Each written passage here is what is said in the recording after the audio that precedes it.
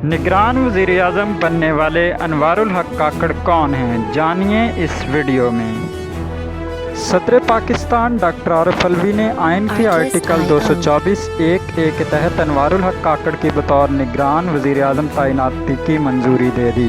अनवारुल हक काकड़ का तल्लुक़ बलूचिस्तान अवामी पार्टी से है और वो बलूचिस्तान से 2018 में सेनेटर मुंतखब हुए थे। अनवारुल हक काकड़ ने 2008 में काफ लीग के टिकट पर कौमी असम्बली का इलेक्शन लड़ा, ताहम वो कामयाब नहीं हो सके थे।